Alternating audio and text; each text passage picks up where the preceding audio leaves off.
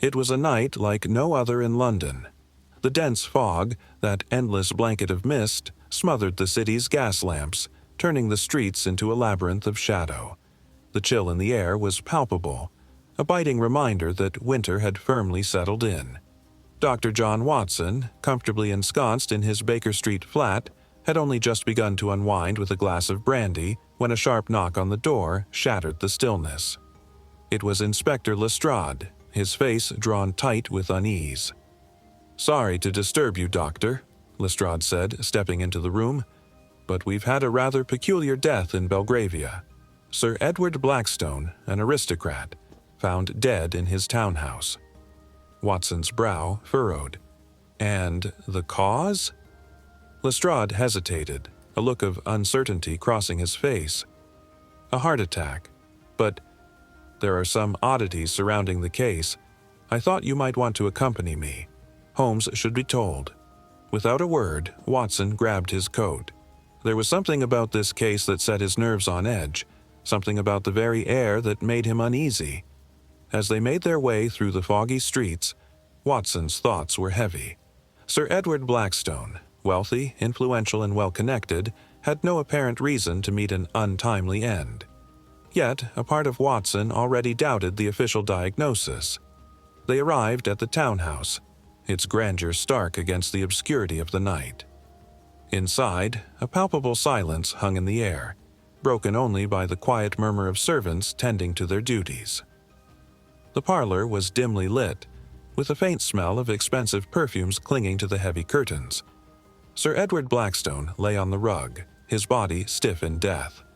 The official verdict had already been pronounced, death by natural causes, but Watson was not convinced. His medical background told him that there was something more here, something unseen. Leaning over the body, Watson studied Sir Edward's features, looking for any sign of foul play. His hands trembled ever so slightly as they traced the aristocrat's pulse. Still, no sign of life. He could feel the weight of the man's death pressing down on him. Something was amiss. And then, as his gaze wandered to the deceased's neck, Watson's eyes narrowed. He had noticed something strange. A series of symbols, faint and barely perceptible, etched into the skin. They were too deliberate to be ignored. "Lestrade," Watson called out, his voice steady but tinged with curiosity. "Take a look here." Lestrade stepped forward, squinting at the marks on Sir Edward's neck. "What in blazes is that?" Watson's pulse quickened. "I'm not sure, but they don't appear to be wounds from any normal means. These markings, they're ritualistic." At that moment, a shadow flickered across the room, and Watson, half expecting the presence of some ghostly figure, was caught off guard when he saw the figure of Sherlock Holmes leaning against the doorway. "Watson, I trust you found something." Holmes's voice, cool as ever, sliced through the tension in the room. "I believe so," Watson replied, stepping aside to let Holmes examine the body. Holmes's eyes gleamed with an immediate, sharp interest. His gaze fixed on the strange symbols at once. Without a word, he knelt beside the body, his long fingers lightly brushing over the marks, as if testing their authenticity. "These are not mere coincidences," Holmes muttered, more to himself than to anyone else. "There's something far more sinister at play here. These symbols, this isn't a heart attack." Holmes strode into the room, his sharp eyes immediately taking in the scene. His presence seemed to cut through the gloom, his mind working even as his feet were still. He was the antithesis of Watson, calm, calculating, and always in control. "Ah, Watson, I see you found the curious markings," Holmes said, his voice almost absent of emotion. "What do you make of it?" Watson paused, still taken by the strange symbols, and then looked at his friend, feeling a surge of doubt. "They don't seem to be any ordinary markings. They look deliberate. This may not be a natural death." Holmes raised an eyebrow. "Indeed, and yet the heart, according to the official examination, is the cause of death. The medical examiner has ruled it a heart attack. "I can't help but feel there's more to it," Watson confessed. "I've examined Sir Edward thoroughly, and something in my gut tells me this wasn't just a simple medical failure." Holmes gave a dismissive chuckle, which only deepened Watson's suspicions. "You have a tendency to read too much into things, Watson. A man of Sir Edward's age with a life full of stress and indulgence could well have met his end through natural causes." He paused, staring at the body. "However, I'll entertain the notion for now. We must investigate further." Holmes knelt beside the body, his fingers brushing the symbols lightly, as if testing their significance. "There's more to this, Watson. Much more." The investigation soon moved to Sir Edward's study, where the air felt heavier, as though the very walls held secrets they weren't ready to share. Holmes took his time, running his gloved hand along the edge of bookshelves as Watson stood by the desk, rifling through papers. "Holmes," Watson called, his voice strained. "Look here. It seems Sir Edward kept an account of various events. Strange events." Holmes's eyes flickered over the papers in a heartbeat. His hand froze over a page that seemed far too ordinary at first glance. The handwriting, though elegant, was erratic in places, and the words themselves spoke of fear. "Listen to this, Watson," Holmes said, his voice sharp. "The whisper of death is closer now. I cannot run from it. The mark on my neck is the sign they have chosen. There is no escape, and soon I shall be their vessel." A chill ran through Watson as he took in the words, but it was Holmes's next revelation that truly struck terror. "This is not just a death, Watson. It's a message of something darker at play. This whisper of death, the cult, perhaps, that you and I have read about in hushed whispers, has finally revealed itself in London." Watson's face paled as he realized the gravity of their situation. "You think this is connected to the occult?" Holmes nodded slowly. "Indeed, and if we are to unravel this mystery, we must delve deeper into Sir Edward's associations. We must seek out those who would gain from his death." As the days passed, Holmes and Watson ventured into the seedy underbelly of London, seeking any trace of the whisper of death. Holmes was methodical, his every step guided by logic, yet there was a sense of urgency in his pace. He had already begun to make connections, but the pieces of the puzzle were not falling into place easily. They soon found themselves in front of an unassuming house in the more dilapidated part of the city. A house that had once belonged to an occultist named Victor Duval, the very man Holmes believed might hold the key to the mystery. "Why this house, Holmes?" Watson asked, his voice heavy with doubt. "What makes you so certain this is the place?" Holmes gave his usual half-smile, his eyes flicking to Watson's. "The symbols, Watson. The occult ties to Sir Edward's death. They all point here. We'll find the answers in these walls, or perhaps within the mind of Duval himself." The air felt thick with expectation as Holmes approached the door, and as they stepped inside, Watson's stomach churned with unease. The walls were adorned with strange symbols, matching those Watson had seen on Sir Edward's neck. And then, as if on cue, a voice echoed in the distance, sending a shiver down their spines. "You should not have come," the voice rasped from the shadows. Holmes's lips curled into a smile, but Watson's heart skipped a beat. "Ah, Duval, I presume." The figure emerged from the shadows. Victor Duval, tall and gaunt, his face obscured by a dark hood. There was something both unsettling and magnetic about him. His presence filled the room with a malevolent energy, but it was his words that struck the most. "I've been expecting you, Holmes," Duval said, his voice cold but tinged with mockery. "You think you've uncovered the truth, but you are merely at the beginning. The whisper of death will not be silenced so easily." Holmes stood perfectly still, his piercing gaze never leaving Duval's face. "I doubt you would be so confident, Duval, if you knew the extent to which your plans are unraveling." Duval laughed softly, his eyes glinting in the low light. "You fail to understand, Holmes."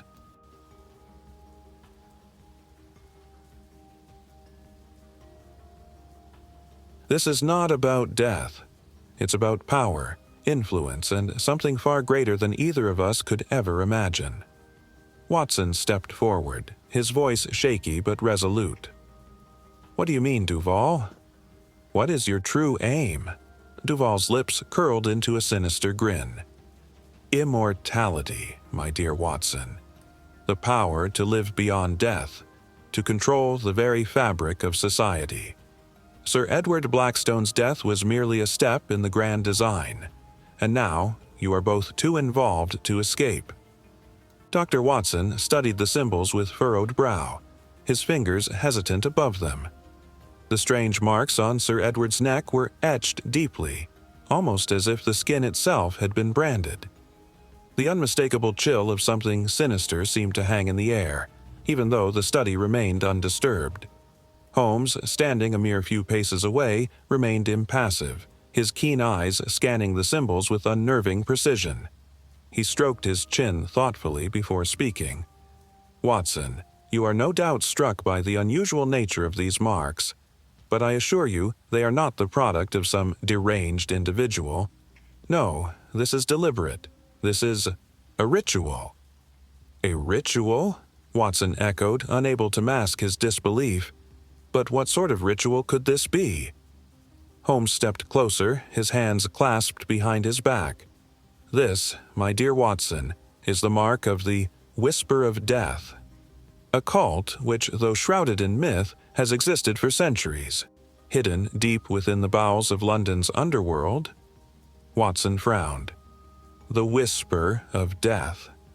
I've never heard of it." "No surprise," Holmes said, a rare flicker of amusement passing through his features. "It's not something one speaks of lightly. You see, this cult, though mostly forgotten by history, was responsible for a series of deaths, each marked by these very symbols. The cult is said to worship ancient dark forces, and their ritualistic killings are meant to invoke these forces. It's no wonder Sir Edward has met such a fate." Watson shuddered. But why would Sir Edward be involved in such a thing? He was a respected man. "That," Holmes said, his eyes narrowing, "is something we must uncover. The ritual is the first clue. Now, we follow the rest of the trail." The two of them sat across from each other in the dimly lit study, Holmes's piercing gaze never wavering from the pages he flipped through. The faint sound of the clock's ticking filled the room, an incessant reminder that time was running out. Watson could barely keep up as Holmes laid out the origins of the cult with a level of detail that only his brilliant mind could decipher. "The Whisper of Death," Holmes began, his voice low but certain, "is not a mere urban legend. It is an ancient society that has cast its shadow across this city for generations. Founded, if the whispers are to be believed, by individuals seeking power through rituals of dark magic. They thrived in the hidden corners of London, operating in secrecy, burying their victims in the annals of history." Watson leaned forward, fascinated yet disturbed. "So these symbols are tied to the occult and to death?" "Precisely," Holmes replied, turning the page of his book. "They mark those who are chosen to be sacrifices. Once you are branded, your life becomes forfeit. The Whisper has remained elusive because its members are often cloaked in wealth and power. They hide in plain sight, using influence to control the course of history, all while masking their true intentions. A true cult of death, as it were." "Do you mean to say the city's elite are involved in such things?" Watson asked, his voice tinged with disbelief. "It would be naive to think otherwise," Holmes answered grimly. "The symbols you see on Sir Edward's neck are a mark of the cult's rites, a sacrificial offering to powers unknown. But the ultimate question is, why was Sir Edward involved? Was he a victim, or was he a willing participant?" Watson shook his head, his mind reeling. A willing participant. But what could drive someone like him to such madness? Holmes leaned back, his eyes narrowing. "That is the very question we must answer, Watson. And soon, before others are chosen to meet the same fate." The pair sat in silence for a long moment. the weight of their findings pressing upon them. The fire crackled softly in the hearth, offering little comfort. Watson, though eager to uncover the truth, couldn't shake the sense of dread that was steadily consuming him. His mind raced with possibilities, each one darker than the last. Holmes, however, remained composed, his mind already several steps ahead. Watson, the whisper of death has not been dormant for decades as it might seem. It has left a trail, a string of bodies, if you will, and this string is not new. It goes back far, far further than Sir Edward's time. Watson's heart skipped a beat. You mean to say there have been other deaths? Similar deaths? Indeed, Holmes replied, his voice almost detached. Over the years, there have been several suspicious deaths tied to individuals in high society, people with connections to the occult. Each of these deaths had one thing in common: symbols, not dissimilar to the ones we have found, etched into their skin or near their bodies. We know little about the victims, save that they all had one thing in common: they sought to expose the cult. That would make them targets, then? Watson asked, dread creeping into his voice. Holmes nodded. Exactly. Those who sought to break the silence, to bring light to the dark workings of the whisper of death, were silenced in turn. Perhaps Sir Edward was one of them, or perhaps he was yet another tool. Either way, we must be prepared for more mysteries, and perhaps more deaths. A sudden shiver ran down Watson's spine. The pieces were starting to fall into place, but the puzzle was growing ever darker. So, what do we do now, Holmes? Holmes stood, his eyes flicking toward the door. We continue to dig, Watson, and we keep an eye out, for you never know when the whisper might strike next. Holmes sat at the desk, his brow furrowed in concentration as he thumbed through the scattered papers Sir Edward Blackstone had kept. Watson stood beside him, eyeing the documents with a mixture of curiosity and unease. The quiet rustling of papers seemed unnaturally loud in the otherwise silent room. Watson, Holmes said, pausing, these papers are more revealing than they first appear. Watson leaned in closer, his eyes scanning the notes, ledgers, and journal entries that Sir Edward had kept. Most of it seemed ordinary at first glance, the musings of a man of wealth and status. But as he read, Holmes's voice grew more intense. Here, look, a name that recurs with alarming frequency. Victor Duval Watson's brow knitted. Duval, the same name you mentioned in connection with the whisper of death. Indeed, Holmes replied, his fingers brushing over the words. It seems Sir Edward was not merely a victim of circumstance. He was complicit in dealings far darker than one might expect from a man of his standing. Duval, it appears, was a close confidant. No, a mentor of sorts. But why would he associate with such a man? Watson asked, his voice tinged with disbelief. Holmes looked up, his eyes cold and calculating. That is precisely what we must uncover, Watson. Sir Edward's connections to this cult go deeper than mere chance. His death, it may have been orchestrated. The air in the room seemed to grow heavier, and Watson felt a strange unease settle in his chest. This was no longer a simple case of a heart attack. Something far more insidious was at work. Later that evening, as they gathered their thoughts, a sudden knock on the door interrupted the silence. Watson opened it, and standing there was a messenger, holding out a sealed letter with an unusual symbol embossed on the front. Holmes's gaze shifted to Watson, a quiet alarm flickering in his eyes. Watson took the letter, his fingers trembling as he broke the seal. The words were brief, but their implications were immediate. He read aloud to Holmes, his voice tight with apprehension. You are being watched. Every step you take is known. Turn back now, before it's too late. Holmes leaned forward, his expression unreadable. A threat, but the sender remains nameless. It's as if someone wants us to know they're following us, Watson said, his voice tinged with unease. And yet, why now? Why send a letter when we've only just begun? Holmes rose from his chair, the faintest glimmer of excitement in his eyes. though Watson could see the weariness that had begun to creep in. "It is not the sender that matters, Watson. It is the message. Someone wishes to make their presence known." Another knock on the door. This time, Watson felt a cold shiver creep down his spine. Holmes opened it swiftly, but there was no one there, only a small package resting on the floor, wrapped in plain brown paper. The letter had been a warning, but the package was something far more foreboding. Watson hesitated before picking it up, his breath caught in his throat. He opened it, and inside, there was a small, weathered book, its pages yellowed with age. A book, Watson realized, that was covered in the same symbols they had seen on Sir Edward's neck. "This is no mere coincidence," Holmes said, his voice a whisper. "The whisper of death is not content to remain in the shadows. They are toying with us, Watson." A sense of dread settled over Watson as he glanced at Holmes. "Do you think they are watching us now?" Holmes met his gaze, his eyes darkening. "I am certain of it." In that moment, the realization struck Watson with full force. They were no longer the pursuers. They were the hunted. The heavy silence in Sir Edward Blackstone's study was almost oppressive as Holmes and I entered. The grand room, filled with the lingering scent of leather and old wood, seemed a tomb for the late aristocrat's secrets.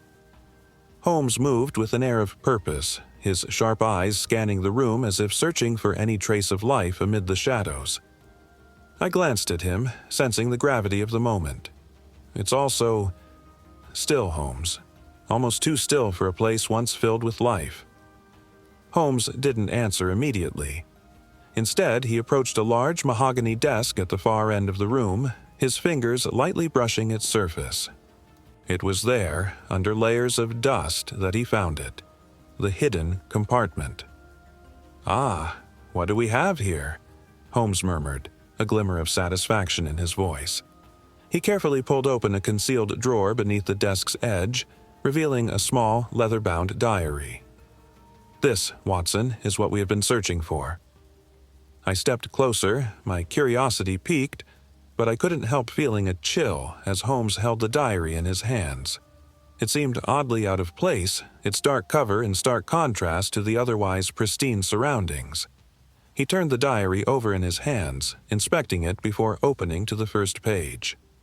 "Whatever this man knew," Holmes said, "he wished it to remain hidden. And now we may have a key to understanding the mysterious forces at play." He carefully set the diary down, eyes fixed on its contents. "We will learn much from this, Watson. Of that, I am certain." I nodded, though a sense of dread began to settle over me. As Holmes began to read aloud, I couldn't help but wonder what dark revelations awaited us within the pages. Holmes's voice was low as he began to read aloud the diary's first few entries, his tone grave. "I have met with him again. Duval's presence is becoming impossible to ignore. He speaks of power beyond mortal comprehension, of rights that could alter the very fabric of existence. My skepticism is fading, but I fear what it might cost me." Watson, his voice tight, interrupted. "Duval.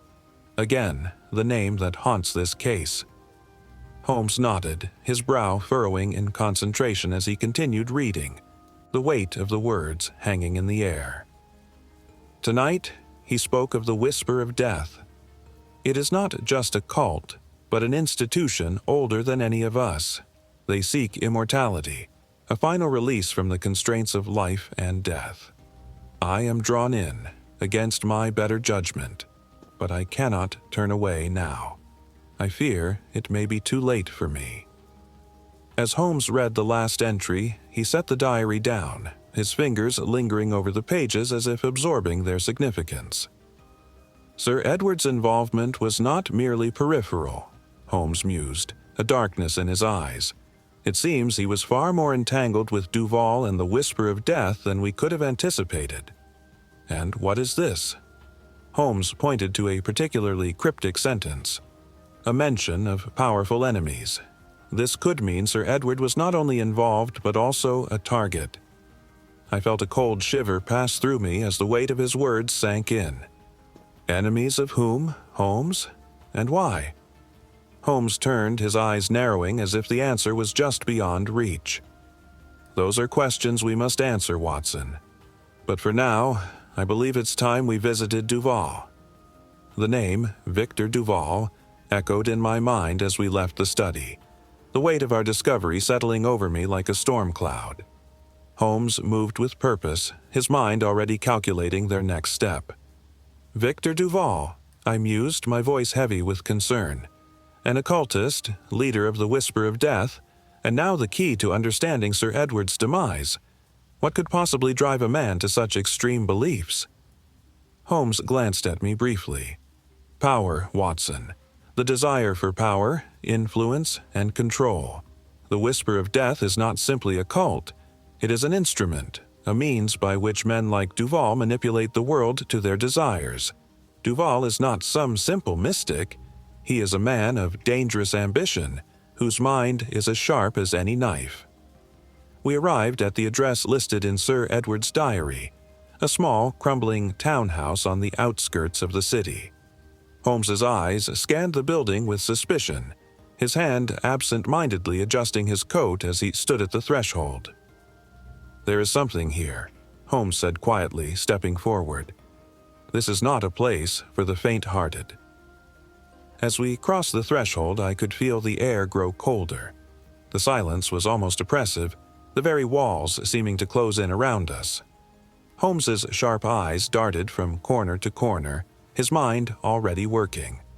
The place was small, inconspicuous, yet I couldn't shake the feeling that something far more sinister was at play. Holmes moved towards a bookcase near the wall, his fingers running along the spines of the books as if he could sense something hidden behind them. Duval's influence is everywhere, Watson, in every book, every object.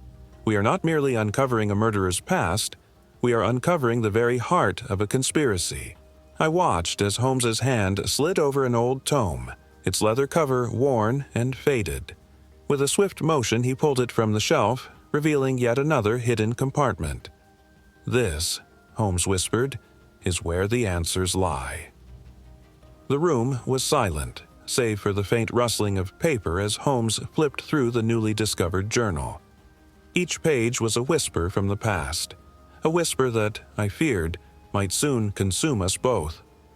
Holmes had barely closed the diary before I began reading further. The entries grew darker with each page, the words more frantic. My eyes trailed the inked lines, and a chill crept down my spine. The society has eyes everywhere. Even those who think they are free are bound in chains, unaware of the forces working against them. I am no longer certain whether my own steps are my own. There is something in the shadows, watching, waiting. I paused, a weight settling upon me. The very notion of a society pulling unseen strings was more unsettling than I had anticipated. Holmes, sensing my growing concern, leaned in and took the diary from my hands. This, he muttered, is a revelation, Watson. Sir Edward was entangled in something far beyond what we imagined. As he read aloud, the entries painted an increasingly sinister portrait. The society was not merely an occult cult, but something more insidious, a hidden force working through decades of influence, its fingers creeping into every level of society. I am afraid. The society is not only in London, but it stretches across borders, through politics, finance, and crime.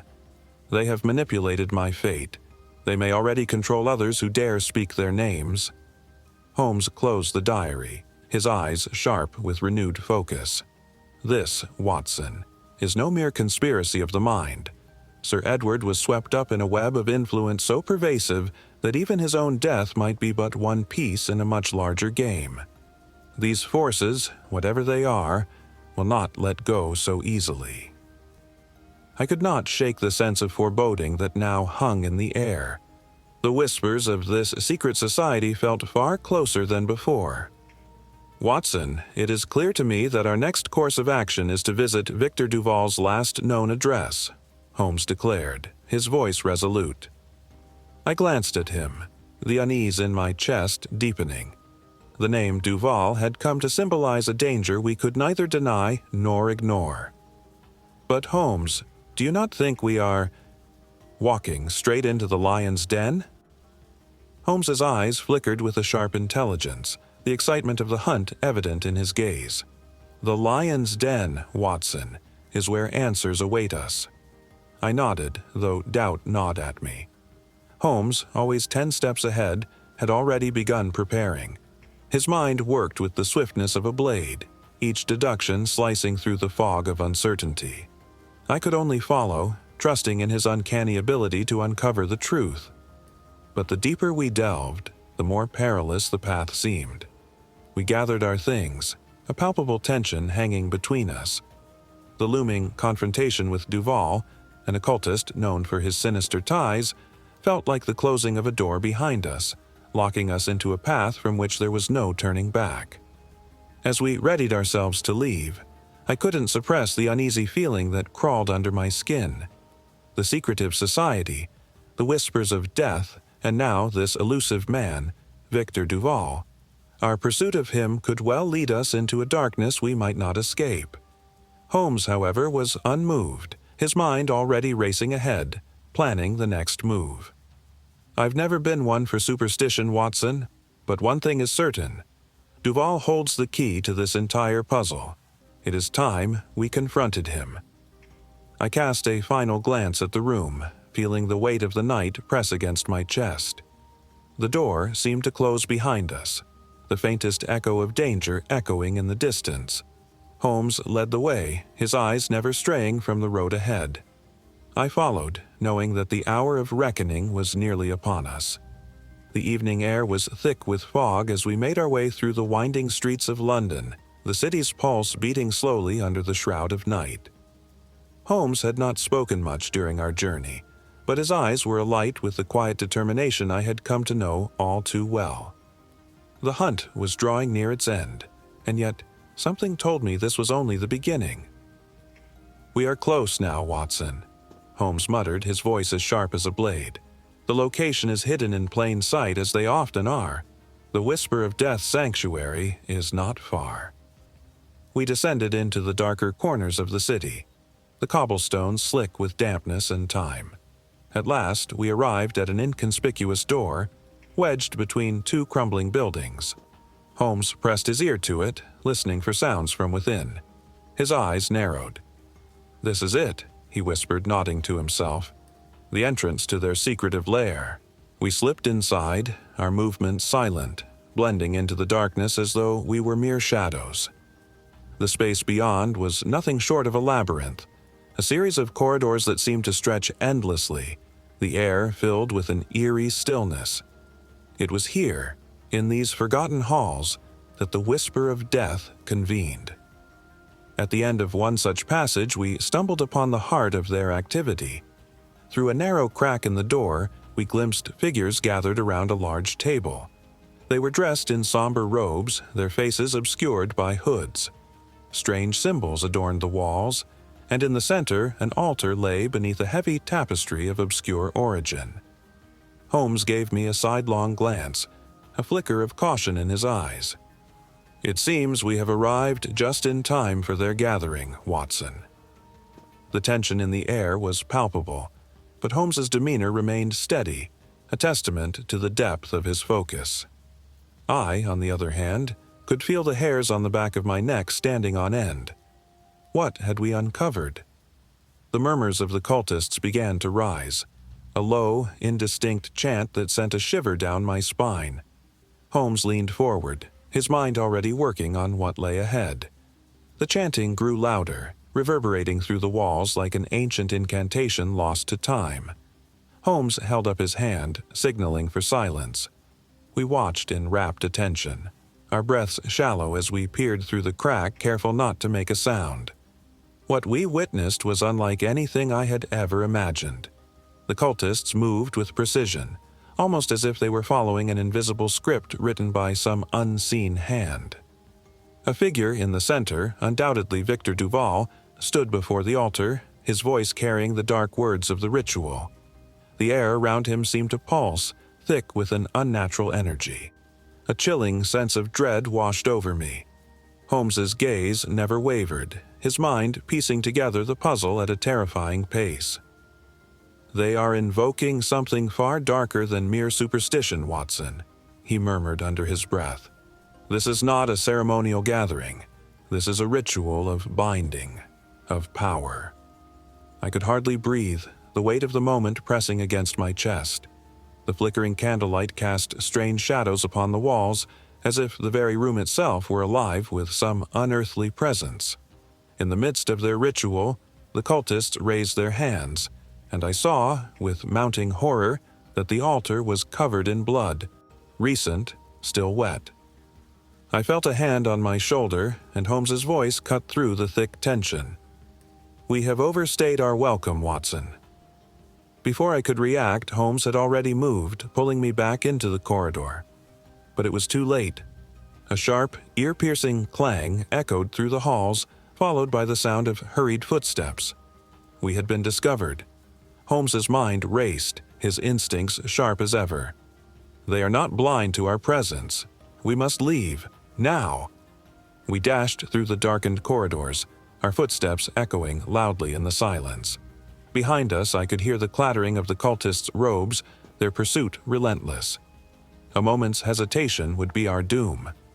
At last, we reached the door, slamming it shut behind us.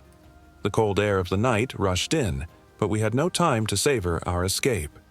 Holmes, his face grim, spoke with a terse authority. "That was too close, Watson. We have seen enough to know we are not dealing with mere superstition, but with something far more dangerous." Our hurried retreat had brought us to safety for the moment, but the danger had not passed. Holmes's mind worked relentlessly, piecing together the fragments of what we had witnessed. "Do you understand, Watson?"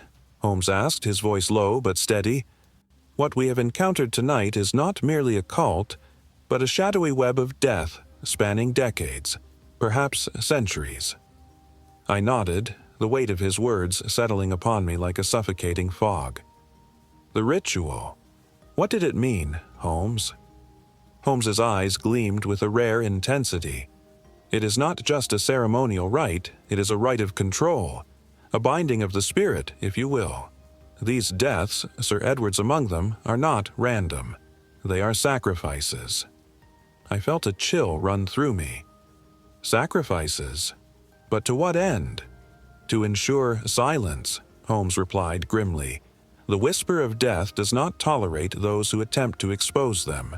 Sir Edward, in his naivete, thought he could uncover the truth and live, but those who cross them are marked for death." I could hear the grim finality in his words. Holmes's mind was already racing, linking events, connecting dots that I could scarcely see. The ritual, the symbols, the secretive meetings, it was all part of an intricate, deadly game. A game played by men with the power to control the fate of others. "These deaths, Watson," Holmes continued, "are not the acts of isolated fanatics. They are part of a larger design. Powerful men, influential figures in the government, the elite, they are entangled in this web. The whisper of death is their tool." I stood in stunned silence. The implications of his words were staggering. Holmes's voice softened, but the resolve in it was unshakable. "We must go further. Duval's past is a key, and I suspect it is entwined with those in positions of great power." The weight of the investigation had never felt heavier, and yet I could not help but feel a strange thrill. The deeper we dug, the darker the truth became. But we could not stop now, not with the sinister truth so close at hand. The night air was heavy as Holmes and I returned to Baker Street, the quiet punctuated only by the steady ticking of the mantel clock. Holmes had been uncharacteristically silent since our harrowing escape from the cult's lair. I knew his mind was piecing together the fragments of this enigma, his every thought a step closer to unraveling the truth. At last, he broke the silence, retrieving a worn ledger from his desk. "Watson," he began, his voice low, "Victor Duval is no ordinary man. He is not simply the leader of the Whisper of Death. He is its architect." I frowned, leaning forward as Holmes leafed through the pages of the ledger. Architect? What do you mean?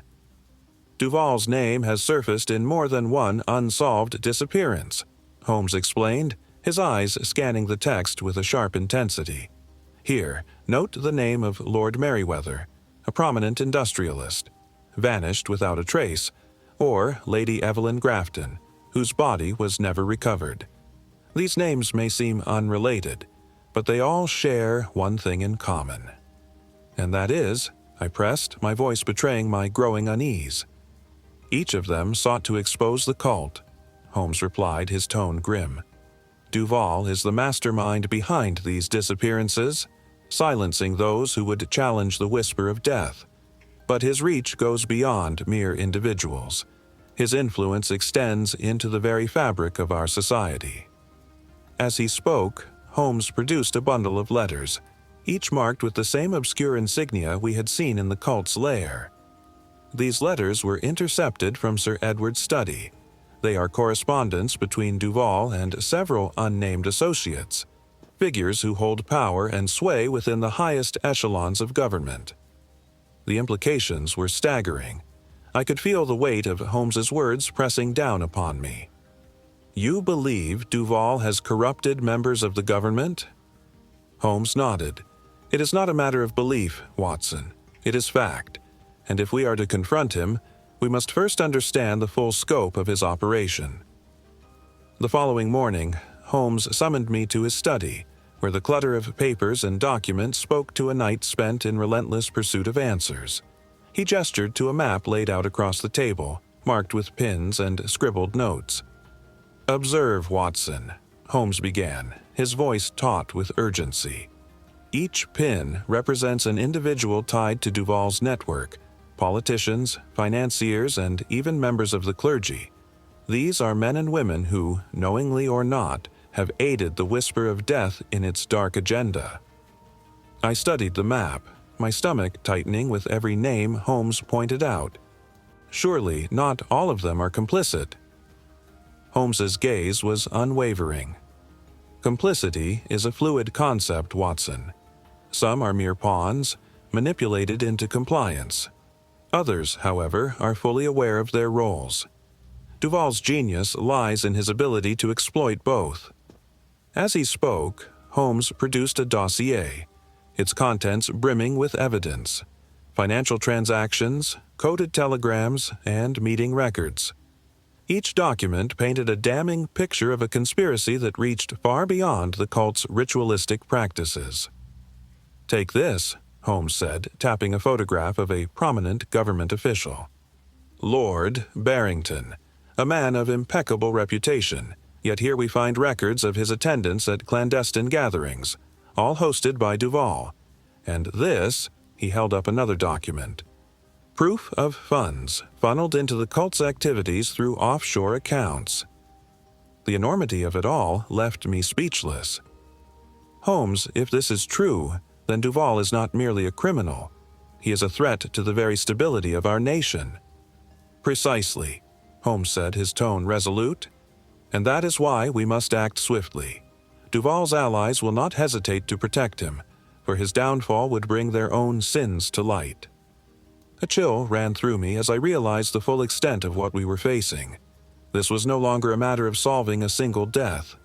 It was a battle against a shadowy empire, one that thrived on secrecy and fear. Holmes straightened, his eyes blazing with determination. The web of influence Duval has spun will not be easy to unravel, Watson. But we have an advantage. For all his cunning, he underestimates the power of truth, and that, my dear friend, will be his undoing. The silence of the night was shattered when Mrs. Hudson burst into the room, her face pale and her hands trembling. Holmes, who had been deep in thought by the fire, immediately stood, his sharp eyes narrowing as he took in her panic. "Doctor!" "Watson, sir," she cried. "He's gone. His bag is still in the hall, but I found this." She handed Holmes a folded piece of parchment, her hands shaking so violently that she nearly dropped it. Holmes snatched the paper and unfolded it with precision. His eyes scanned the text, and I saw his jaw tighten. a rare display of emotion from the great detective. "You have interfered too long, Mr. Holmes. Your friend now belongs to us. If you wish to see him again, cease your inquiries into the whisper of death." Holmes crushed the paper in his hand, his voice like steel as he turned to Mrs. Hudson. "When did you last see him?" She stammered. He went out late this evening. Said he had business to attend to, but he didn't come back." "Oh, Mr. Holmes, what does it mean?" "It means they have made their move," Holmes said, his voice low and dangerous, "and they have underestimated the lengths to which I will go to retrieve him." He turned back to the fire, his mind visibly racing. The room felt colder now, as if Watson's absence had drained it of its warmth. Holmes began to pace, muttering under his breath. "They are bold, Watson's abductors," he said, though the words were more for himself than for Mrs. Hudson. "But they have made a critical error. They believe me capable of fear. They believe this will deter me." His pacing stopped abruptly, and he turned to Mrs. Hudson. "Fetch Inspector Lestrade immediately. Tell him I require his full cooperation, and, Mrs. Hudson, do not breathe a word of this to anyone else." As she hurried away, Holmes stood motionless, the fire casting flickering shadows across his face. "Watson," he murmured, his voice soft but filled with determination, "I will find you." The hours that followed were a blur of activity. Holmes, with his unparalleled focus, sifted through every detail, every shred of information that could lead to Watson's whereabouts. The room was awash with maps, documents, and hastily scrawled notes, each one a step closer to the truth. "Lestrade!" Holmes barked as the inspector arrived, his face haggard but resolute. "I need men stationed at every known point of interest connected to the whisper of death. The docks, the warehouses on the East End, and particularly the abandoned church on Burnett Lane." Lestrade hesitated. "An abandoned church? You believe that's where they've taken him?" Holmes's eyes burned with intensity. "It is not a matter of belief, Inspector. It is a deduction. The symbols Watson and I uncovered lead to that location, a nexus for their rituals. If I am wrong, Watson's life hangs in the balance." Lestrade nodded, his doubt overshadowed by the sheer force of Holmes's conviction. "Very well, I'll see to it." As the inspector departed, Holmes returned to the map laid out before him. His finger traced a line between the sites of other disappearances, his mind calculating the movements of the cult. "They have less than 12 hours before they complete their ritual," he murmured. "Their timing is precise, their methods meticulous, but they are not without flaw." He paused, his eyes narrowing as he studied a particular mark on the map. "There," he said softly, "a single point that aligns with their previous gatherings. They will be there." Without another word, he grabbed his coat and hat, his movements swift and purposeful. As I followed, I couldn't help but feel the weight of the moment. Time was running out, and every second brought Watson closer to danger. The night was eerily still as Holmes approached the abandoned church, its spire looming like a shadow against the moonlit sky. The faint glow of lanterns flickered within, their light barely piercing the thick, leaded windows. Holmes paused, his sharp ears picking up the faint sound of chanting, low, rhythmic, and otherworldly. He slipped inside, his steps silent on the cold stone floor. The scene before him was both horrifying and surreal. A group of robed figures surrounded a crude altar, their faces obscured by hoods. In the center of the circle lay Watson, his wrists and ankles bound, his face pale but defiant. Holmes's heart pounded, though his expression remained composed. He scanned the room, noting every detail, the positions of the cultists, the weapons they carried, the symbols etched into the floor. His mind raced, calculating the best course of action. "Victor Duval," Holmes called, his voice cutting through the chant like a blade. "Your theatrics have gone far enough." The chanting ceased, and a tall figure stepped forward, his hood falling back to reveal a gaunt face with piercing eyes. Duval's lips curved into a cold smile. "Ah, Mr. Holmes, I wondered when you would arrive." Holmes stepped closer, his gaze unwavering. "Release Watson. Whatever game you are playing ends now." Duval laughed, a hollow sound that echoed through the chamber. "You misunderstand, Holmes. This is no game. Dr. Watson's sacrifice is but a step toward a greater power, one you cannot comprehend." "I comprehend enough," Holmes replied, his voice steady. "You believe you are above the law, beyond consequence, but you have made a fatal error." Duval's eyes narrowed. "And what error is that?" Holmes allowed a faint smile. "You underestimated me." At that moment, the doors burst open and Lestrade's men stormed in, their weapons drawn. Chaos erupted as the cultists scrambled to defend themselves, but Holmes had already moved. He reached Watson's side, his hands deftly undoing the bindings. "Holmes," Watson murmured, his voice weak but filled with relief. "I knew you'd come." Holmes offered a faint smile. "Did you doubt me for a moment, my friend?" As Lestrade's men subdued the cultists, Holmes turned to Duval, now restrained but still defiant. "This is the end of your reign, Duval. Your whisper of death will fade into silence." But even as he spoke, Holmes couldn't shake the feeling that this victory was only the beginning.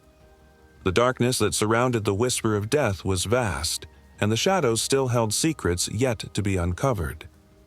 The clatter of the carriage wheels against cobblestones matched the relentless ticking of the pocket watch in Holmes's hand. His eyes never left the map spread across his lap, every line of his face etched with urgency. He had always worked with precision, but tonight the stakes were graver than ever before. "Time is against us, Lestrade," Holmes said, his voice sharp as the blade of a knife. "Watson's life hangs by a thread, and the whisper of death will not hesitate. Their ritual is calculated to the hour." Lestrade, seated opposite, looked pale under the dim light of the carriage lamp. "You're certain of the location, Holmes?" "Certain enough to wager my own life," Holmes replied, his gaze unwavering. "The abandoned abbey on the outskirts of the city aligns with every clue we've uncovered. It's remote, concealed, and perfectly suited for their dark purposes." The inspector nodded grimly. "And what do you expect to find?" Holmes's lips tightened. "A scene of horror, no doubt. They will have prepared every detail meticulously. The symbols, the chanting, the sacrifice. Watson is but a pawn in their pursuit of power." The carriage jolted to a stop and Holmes sprang from his seat, his coat billowing behind him as he strode toward the looming silhouette of the abbey. The air was thick with foreboding, and the distant echo of voices sent a chill through the night. Turning to Lestrade and his men, Holmes's voice was low but commanding. "Surround the building. Make no move until I give the signal. If we act rashly, we risk Watson's life." He stepped forward alone, the weight of time pressing heavily on his shoulders. Each step felt like a countdown, the clock ticking louder in his mind. The abbey's ancient doors creaked open, and Holmes slipped inside, his movements silent as a shadow. The interior was cavernous, the faint glow of torchlight casting flickering shapes on the stone walls. The chanting was unmistakable now, a low and rhythmic murmur that reverberated through the hollow space. Ahead, Holmes saw them, the cultists gathered in a circle around an altar draped in crimson cloth. Watson lay motionless at its center, his wrists bound and his face pale but defiant. At the head of the assembly stood Victor Duval, his gaunt face alight with an unsettling fervor. "Ladies and gentlemen," Holmes called out, his voice ringing clear and cutting through the chant like a thunderclap. "I do hope I'm not interrupting." The cultists froze, their heads turning as one toward the intruder. Duval's expression shifted from surprise to amusement, a cruel smile curling his lips. "Mr. Holmes," Duval said, his voice smooth and unhurried, "I must commend your determination. But you are too late. The ritual is already underway." Holmes stepped closer, his eyes locked on Duval. I would not be so sure. You've underestimated me, Duval. That is the first and last mistake you'll make tonight." Duval's laugh was cold. "You think you can stop this? You are but one man, Holmes, against forces far greater than yourself." "And yet," Holmes replied, his voice calm and measured, "it seems I've managed to dismantle quite a bit of your operation. Your allies in high places are none too pleased about the light I've shed on their dealings." Duval's smile faltered, his composure slipping for the briefest moment. Holmes seized the opportunity, his sharp mind calculating every move. "As for this ritual," Holmes continued, "it appears rather delicate. I imagine any disruption would render it meaningless." Holmes's hand darted to the edge of the altar, pulling down the crimson cloth and scattering the items arranged upon it. The cultists surged forward, but Holmes was already moving, his voice ringing out. "Now, Lestrade!" The doors burst open, and Lestrade's men poured in, their shouts and weapons cutting through the chaos. The cultists, caught off guard, scrambled to defend themselves, but the element of surprise was theirs no longer. Amid the commotion, Holmes reached Watson's side, his deft hands untying the bonds that held him. "Watson," he murmured, his voice steady despite the chaos around them. "Can you stand?" Watson nodded weakly, his voice hoarse. "Holmes, you took your time." Holmes allowed himself a brief smile. "Fashionably late, my dear friend." As Lestrade's men subdued the cultists, Holmes turned his attention back to Duval. The cult leader stood defiant, his hands bound but his eyes burning with hatred. "You may have won tonight, Holmes," Duval spat, "but the whisper of death is eternal. You cannot silence it." Holmes regarded him with a steely gaze. "Perhaps not, but I can ensure you will never harm another soul again." As Duval was led away, Holmes placed a hand on Watson's shoulder, his expression softening. "Come, Watson, let us leave this wretched place." As they stepped into the cool night air, Watson glanced at his friend, his voice quiet but resolute. "You saved my life, Holmes. I can never repay you." Holmes shook his head. "Nonsense, Watson. You are my greatest ally. It is a debt I gladly repay." And with that they disappeared into the fog, leaving the shadows of the Abbey and the whisper of death behind them. Holmes's plan was as precise as a surgeon's scalpel, every detail accounted for with the meticulous care only he could provide. As the first rays of dawn pierced the fog of London, he sat at his desk, laying out the final pieces of his strategy. The atmosphere in Baker Street was taut with anticipation. "Watson," he said, his tone sharp but measured, "Duval's arrogance is his greatest weakness. He believes himself untouchable, cloaked by shadows and fear. Tonight, we shall see how he fares when those shadows are stripped away." I watched him with a mix of admiration and apprehension. "And you are certain the lair is the theater house on Wainwright Street?" Holmes nodded, his fingers drumming against the edge of the map. "The location fits the pattern. Duval has been careful but not flawless. He will be there, Watson, surrounded by his loyal sycophants, but they will not expect us." The evening crept upon us like a prowling cat. Holmes and I slipped through the streets, our destination the decrepit theater that had long been abandoned to rot. Holmes's steps were deliberate, his every movement a testament to his unwavering focus. We entered through a side door, the air thick with the stench of mildew and decay. Holmes motioned for silence, his hand raising slightly as he pointed to the faint glow of candlelight emanating from the main stage. "This is it, Watson," he whispered. "The curtain rises on our final act." The theater's grand stage, once a place of performance and joy, now served as the heart of Duval's sinister operations. Holmes and I hid in the shadows, watching as the cult leader paced before his followers, his voice a chilling echo in the cavernous space. "My friends," Duval intoned, his hands raised as though commanding an invisible audience, "we stand on the precipice of greatness. Tonight, we solidify our place among the eternal." Holmes leaned close to me, his voice a whisper. "Note his words, Watson. This is not about mere power. It is about eternity. He believes his actions will grant him immortality." Duval continued, his tone growing fervent. "The rituals, the sacrifices, they are not without purpose. Each death strengthens the bond, fortifies the bridge to the life beyond life. We are architects of a new age." Holmes's eyes narrowed, the pieces of the puzzle falling into place. "There it is, Watson," he murmured. "He has been orchestrating these deaths to fuel his twisted pursuit of immortality. The cult is but a means to his personal end." The air grew heavy with the weight of Duval's ambitions, and I felt a shiver run through me. Holmes's deductions, as always, had pierced the veil of darkness, revealing the true depth of Duval's depravity. Holmes waited until Duval's speech reached its crescendo before stepping into the light, his presence cutting through the tension like a blade. "Victor Duval," Holmes called, his voice carrying across the stage. "Or should I say, the puppeteer behind Sir Edward Blackstone's demise." Duval turned, his expression shifting from shock to a cruel smile. "Ah, Mr. Holmes, how predictable." Holmes advanced, his tone cold and unrelenting.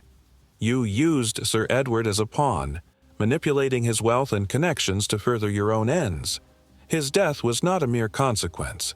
It was the keystone in your macabre plans." Duval laughed, a hollow, mirthless sound. "And what of it?" Blackstone was a willing participant, blinded by his own greed. His downfall was inevitable.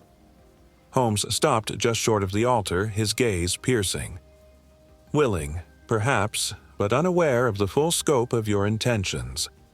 You needed him, just as you needed every soul you sacrificed along the way." The truth hung heavy in the air. The connection between Duval and Sir Edward laid bare. I felt a surge of anger and sadness for the man who had been ensnared in Duval's web, his life extinguished for the sake of a madman's ambitions. Duval's smile faltered as Holmes took another step forward. "Your games are over, Duval. The whisper of death dies tonight." But the cult leader was not so easily defeated. With a sudden motion, he grabbed a hidden lever and a trapdoor opened beneath the stage, revealing a passage leading into the darkness. He turned and darted into the shadows, his followers scrambling to cover his escape. "Watson, with me!" Holmes shouted, already moving.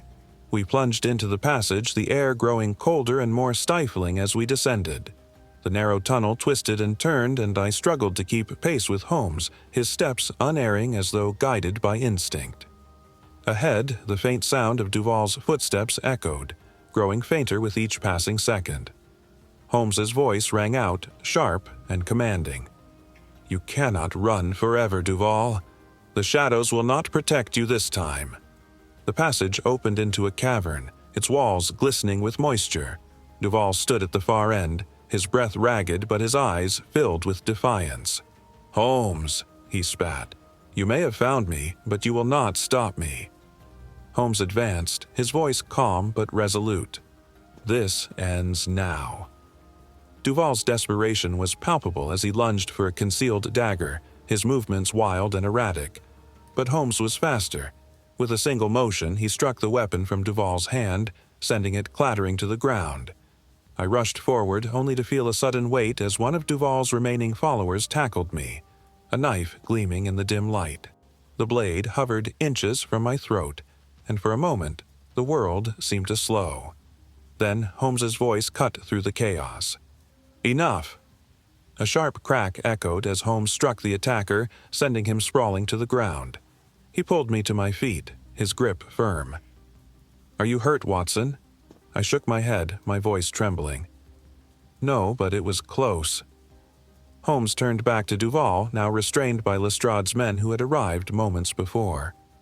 "Your reign is over, Duval. The shadows will no longer shield you." As Duval was led away, Holmes placed a hand on my shoulder, his expression softening. "Come, Watson. Tonight, justice has prevailed." We stepped into the night, the air cold but bracing. a reminder that even in the darkest moments, light could still shine through. The cold night air was heavy with the sound of struggle as Lestrade's men subdued the last of Duval's followers.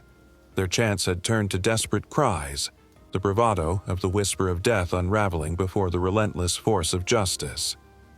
Holmes and I stood at the center of the chaos, watching as Victor Duval, bound in chains, was dragged toward the waiting carriage.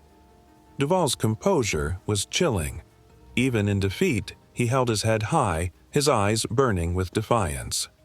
"You may have stopped me, Holmes," he sneered, his voice calm yet venomous, "but you have not ended the whisper of death. It is larger than one man." Holmes's expression was impassive, his sharp gaze fixed on the cult leader. "You mistake your capture for a minor setback, Duval.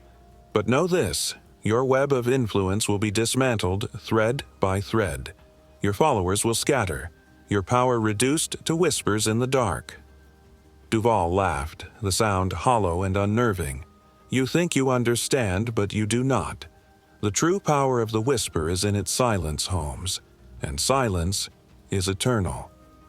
As the carriage doors closed, locking Duval away, I felt an unsettling chill. His words, spoken with such conviction, seemed to linger in the air, a sinister promise that his capture was far from the end. Holmes, as always, was unmoved. "He plays the part of the defeated villain, Watson. But make no mistake, his fall marks the beginning of the end for his accursed cult."